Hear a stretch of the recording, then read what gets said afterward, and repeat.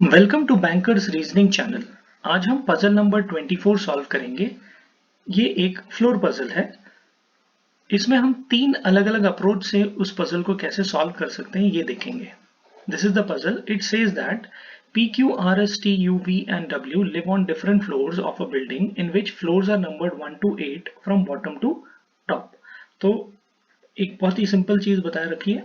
8 लोग हैं, एक बिल्डिंग है और दो सबसे नीचे वाला जो फ्लोर है दैट इज नंबर्ड 1 और जो सबसे टॉप है वो 8 है। क्लूज हमें दिए हुए हैं तो we will write down all the clues. Clues का इंपॉर्टेंट एस्पेक्ट होता है एक पजल में, क्योंकि अगर आप क्लूज को सही तरीके से इंटरप्रेट करके लिख लेंगे तो आपकी पजल बहुत जल्दी और आसानी से बनती है। तो let us first right down all the clues. V lives below U। तो V जो है वो किसके नीचे रह रहा है? U के नीचे। तो V lives below U। Clear? The number of person who live above P is the same as the number of person who live below S। तो P के ऊपर जितने रह रहे हैं, मान लेते हैं कि एक रह रहा है या दो रह रहे हैं, तो उतने ही लोग S के नीचे रहेंगे। क्लियर? ये चीज आपको क्लियर हो गई? ओके। नेक्स्ट कहता है R lives on the 7th floor। तो R is equal to 7। ये भी एक क्लियर अच्छा हो गया। उसके बाद है exactly 2 person live between S and T। तो दो लोग के बीच में S and T के बीच में दो लोग हैं। W lives above U। W lives above U। Okay, ये भी बढ़िया है। U more than 3 persons live between V and U।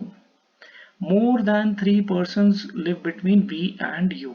अब आप देखिए V अगर यहां पर है तो 1 2 3, मोर देन 3 persons live यानी कि चौथा रहेगा वहां पे और उसके बाद ही U आएगा।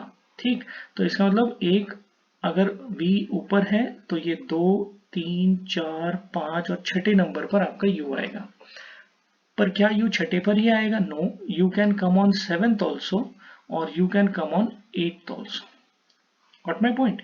तो इसका मतलब क्योंकि उनके बीच में जो है ज्यादा लोग हो सकते हैं, बट मिनिमम कितने हैं आपके पास? 1 2 3 4, तो इतने लोग तो होने ही चाहिए। 4। ओके, इसका मतलब क्लियर हो गया आपको? तो यहाँ पे ही गड़बड़ होती है बच्चों की और यहीं से जो है पजल गड़बड़ा जाती है। अब वो 3 लोग रख लेते हैं। 3 पर्सन लिव बिटवीन वी है, मोर देन 3 बोला उन्होंने। ठीक, okay. Now Q lives on the 3rd floor. तो Q lives on the 3rd floor. Clear? अब हम पहले फ्लोर्स लिख लेते हैं पूरे। फ्लोर्स कितने उन्होंने बताए हैं? 8। तो top most is 8 7 6 5 4 3 2 and this is 1। Now अब हम यहाँ पर तीन चीजें देख रहे हैं, तीन बड़ी बड़ी चीजें हैं। एक तो आप देखिए 1 और 5 को देखेंगे हम, तो 1 और 5 में हमको क्या दिखता है? W U और V, ये तीनों की एक उन्होंने हायरार्की दे रखी है जिसमें कि W ऊपर है, U नीचे और उसके नीचे V है। ये चीज को हमको बनाते टाइम, पजल बनाते टाइम ध्यान रखना है। यहां पर P ऊपर दिया है और S नीचे दिया है हमने जो बनाया था। ऐसा भी हो सकता है कि S ऊपर हो और P नीचे हो, तो हम ये पॉसिबिलिटी को ट्राई करेंगे। एक तरीका ये हम यूज करेंगे। दूसरा S डैश डैश T है तो हम T डैश डैश S को भी ट्राई करेंगे, ये दूसरा तरीका हम करेंगे। और ये तीसरा तरीका जो कि हम कर सकते हैं आराम से, क्योंकि इसमें भी हमको बहुत आसानी है। अब आप कहेंगे कि इसमें हमको ये उल्टा क्यों नहीं होगा?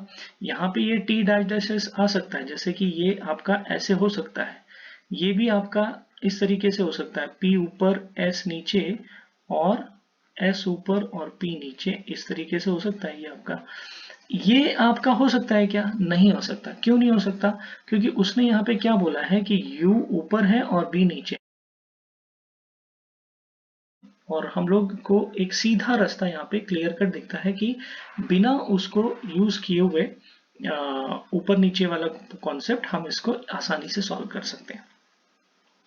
तो हम शुरू करते हैं पहले P और S वाले कॉन्सेप्ट से।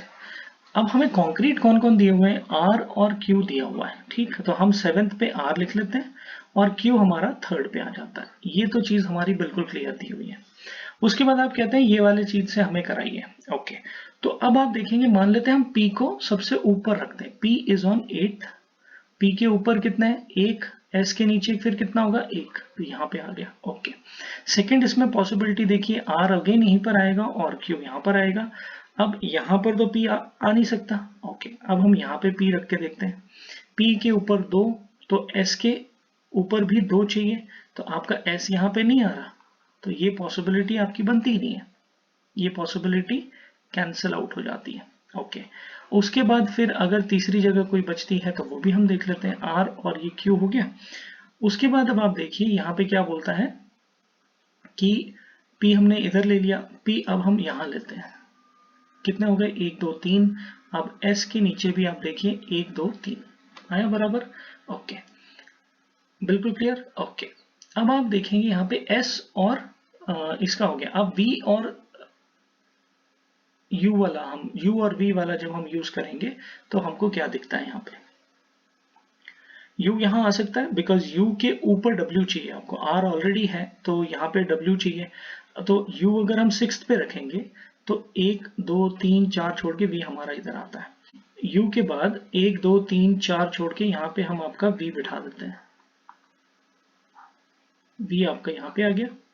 Now if your v is here तो s dash dash t, तो t भी यहीं पे आना मांगता है, बट t यहाँ नहीं आ रहा, तो उसकी वजह से क्या है, ये वाली पॉसिबिलिटी हमारी नहीं बैठती है, ये भी गलत हो जाती है। और ये अभी तक हमने इस पे काम नहीं किया, तो विल वर्क ऑन इट।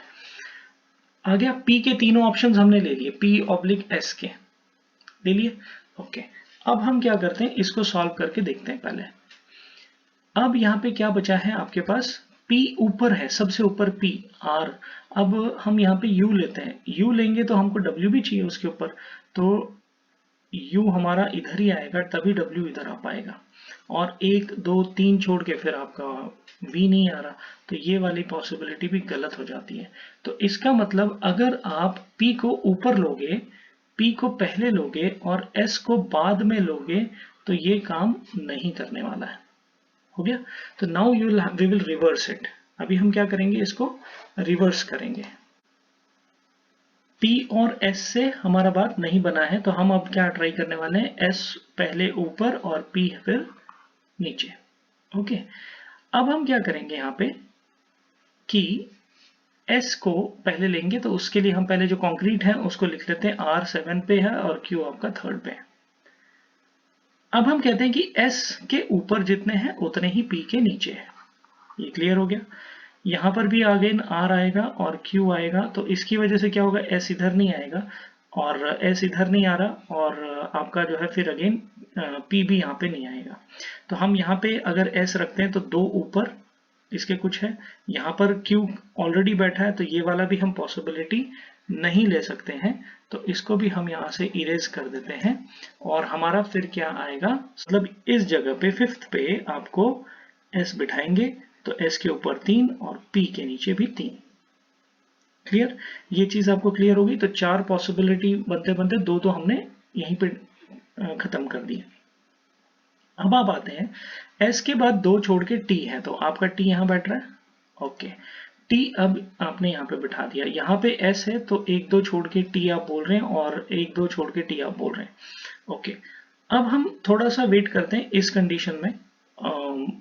मान लेते हैं हम S P Q और ये हो गया आपका R।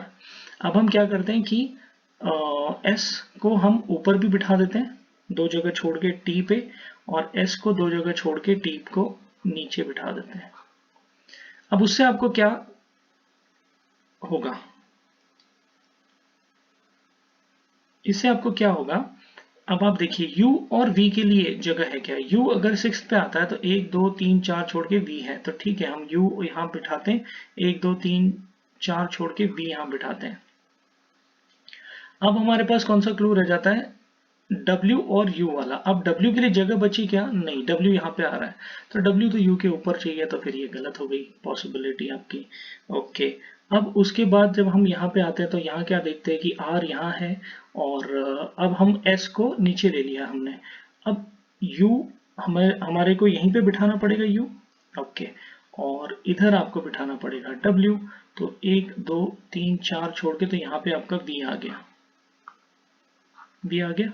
ओके, अब आप देखिए यहाँ पे क्या बोलता है, W3 इसके ऊपर है, P इसके नीचे है, तो इस पॉसिबिलिटी से ये वाला आपका आंसर करेक्ट आ रहा है। So this one is the correct one. अगर हम S ऊपर लेते हैं और P को नीचे लेते हैं, तो ये पॉसिबिलिटी, ये क्लू लेके जो करना था वो हमने अच्छी तरीके से किया, और उसमें आपका सब चीज अच्छी तरीके से आ गई है और इंक्लूड हो गया है P और S की पॉसिबिलिटी में। अब हमने ये भी देख लिया कि P और S वाले में हमको क्या चाहिए। अब हम S और T वाली पॉसिबिलिटी से करके देखते हैं। R कौन से पे है, 7 पे है, तो R इज ऑन 7, तो it is on 7, and third पे कौन है, Q है। अब हमको क्या बोलता है, U और V की पॉसिबिलिटी नहीं लेंगे, हम S और T वाली पॉसिबिलिटी लेके देखेंगे, तो हमें क्या मिलता है वहां पे। तो R और Q तो किसी भी कंडीशन में इधर ही आने वाले हैं, तो ये दो पॉसिबिलिटी हम लेते हैं, तो S डैश डैश T, और इस तरीके से ये आएगा। तो अगर हम उससे पहले V और U वाला, क्योंकि हमें क्लियर पता है कि V और U में इस तरीके का है, तो अगर हम U लेते हैं 1 2 3 4 छोड़ के, तो V यहाँ पे आ जाएगा आपका। U इधर लेते हैं 1 2 3 4 छोड़ के, V आपका यहाँ पे आ जाएगा। W आपका इधर आ ही गया है, बिकॉज यू नो कि W उसके ऊपर है। अब आपको S और T के लिए S डैश डैश T है, तो हम यहाँ पे एक कर सकते हैं कि S डैश डैश T यहाँ पे रख सकते हैं। तो हमारा जो आंसर एक आ रहा है वो क्या आता है, यहाँ पे बचा कौन आपका, यहाँ पे बच जाता है आपका P बच गया। ओके, S के ऊपर कितने, 3, P के नीचे भी 3 है, तो आपके सभी कंडीशंस यहाँ पे सेटिस्फाई हो रहे हैं, तो ये आपका सही बन गया, तुरंत बन गया। देखिए कुछ भी आपको नहीं करना पड़ा। अगर हम T और S लेते हैं, T डैश डैश S लेते हैं, तो S के नीचे कितना, 1 है, तो P यहाँ पे आना चाहिए था, P यहाँ पे नहीं आ रहा, तो ये वाली पॉसिबिलिटी आपकी गलत हो गई। तो सेकेंड तरीके से भी हमने कर लिया, अभी ये दोनों तरीके हमने यूज कर लिए। अब इसके बाद हम क्या करेंगे, नेक्स्ट जो हमारा क्लू दिया हुआ है उन्होंने, 6th वन, उसके अनुसार करेंगे। तो उससे देखते हैं कि कैसे हमारा आंसर जल्दी आता है या टाइम लगता है। R 7th पे है और Q 3rd पे है। अभी हम 6th पॉसिबिलिटी को यूज करेंगे, 6th क्लू को यूज करेंगे। हमने इन दोनों तरीकों से कर लिया, P और S, S और P, और S और T और S से भी हो गया हमारा।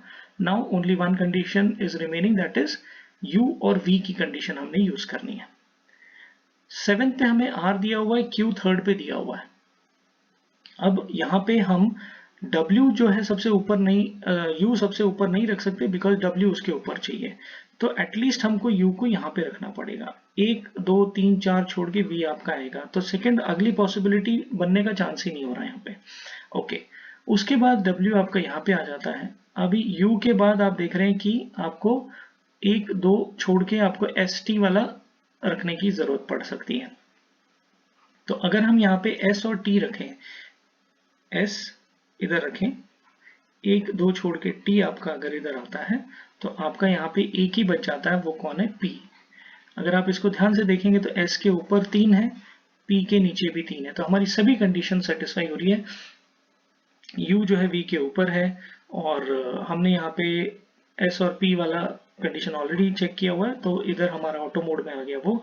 S और T वाला भी आपका फिट बैठ गया यहाँ पे, और WU भी आ गया आपका, और ये V वाला भी आ गया, और ये आ गया। अब यहाँ पे एक सवाल रह जाता है, किसी के मन में आएगा कि नहीं, अभी यहाँ पे R था और यहाँ पे Q था, और हमने जो है W भी हमने बिठा दिया, W8 पे बोला, और U से V का भी बात हमारा क्लियर हो गया, बट आपने S और T बिठाया, T और S क्यों नहीं बिठाया।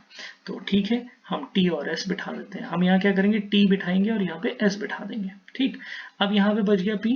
ओके, अब आप देखिए S के नीचे कितने, 1, तो P के ऊपर भी कितने होने चाहिए, 1, बट P के ऊपर यहाँ कितने, 4, तो ये कंडीशन गलत हो जाती है, तो ये भी हमको करना पड़ेगा वहां पे। क्लियर। तो हमने अभी सभी तरीकों से, आप चाहे कोई भी क्लू उठा के शुरू कीजिए, आपकी पजल बनेगी। फर्क सिर्फ इतना रहेगा कि टाइम कम या ज्यादा हो सकता है, इस चीज को ध्यान में रख के करिए।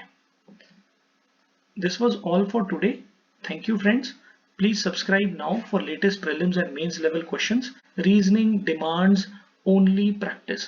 So I request you all, please practice. You will definitely clear the exam.